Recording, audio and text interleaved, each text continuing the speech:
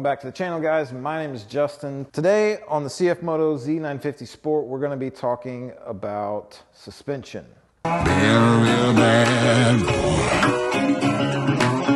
I've got a ton of gravel in my shoes, girl on my shoulder, a heart full of blues out in the dirt, down in the dirt.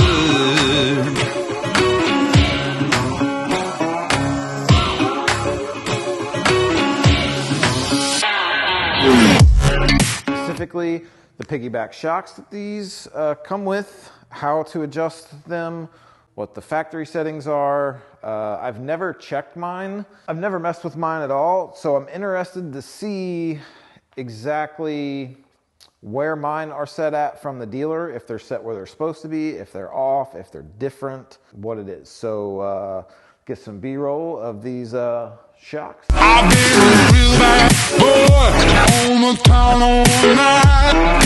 Starting to calm down in the morning light. I'm in the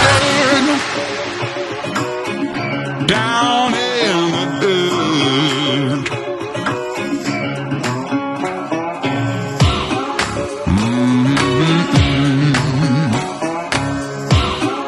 Been real bad.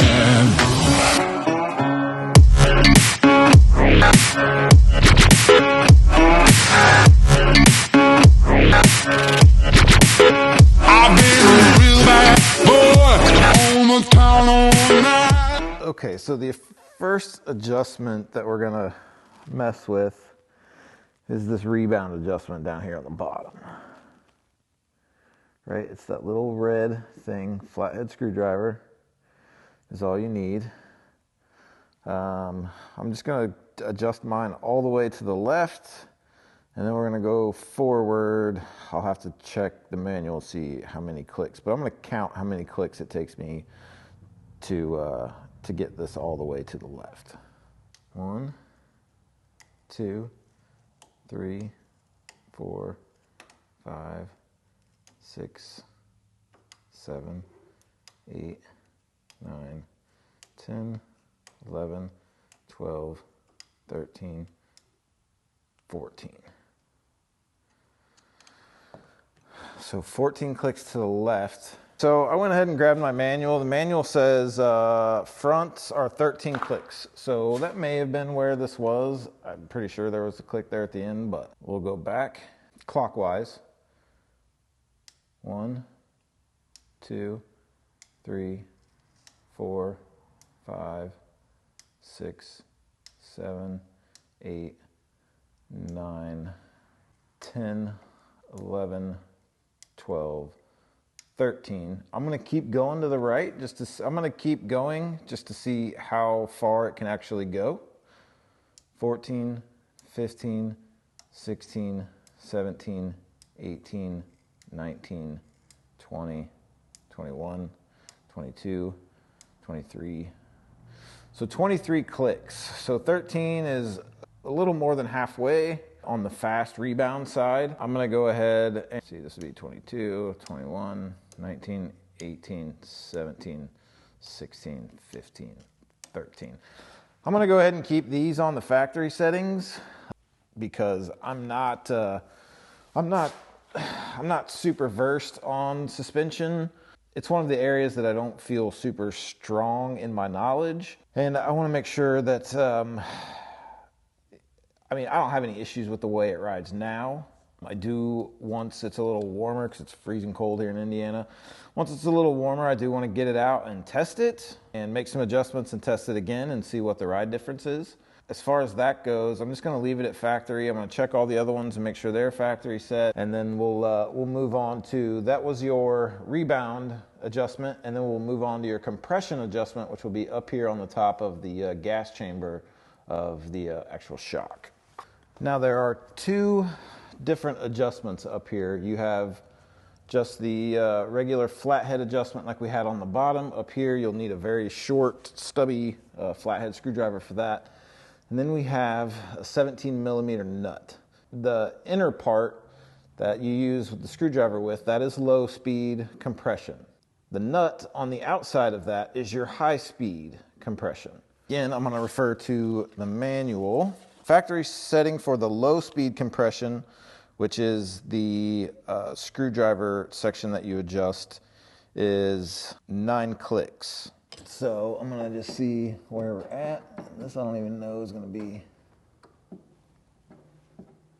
1, 2, 3, 4, 5.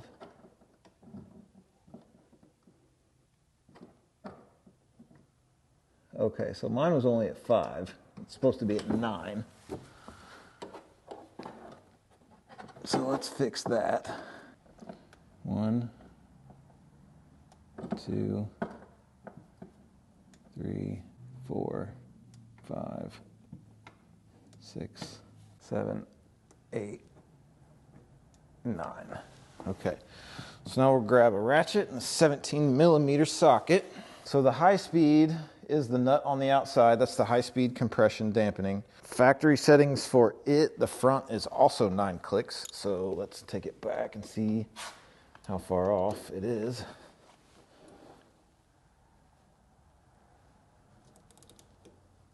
One, 2, 3, 4, 5. And it was set at 5 as well, so we're going to put it at 9. 1, 2, 3, 4, 5, 6, 7,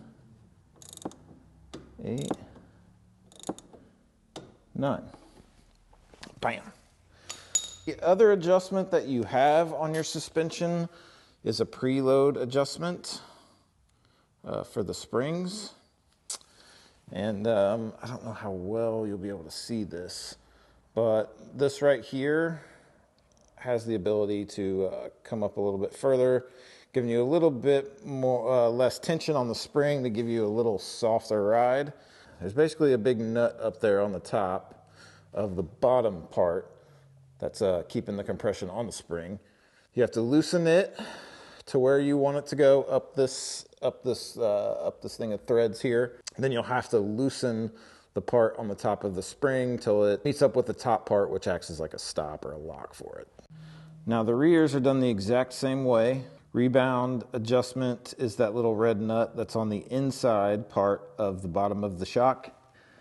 And then up here at the top you have, you can adjust. So this top preload here, this spring here, this helps adjust your ride height as well.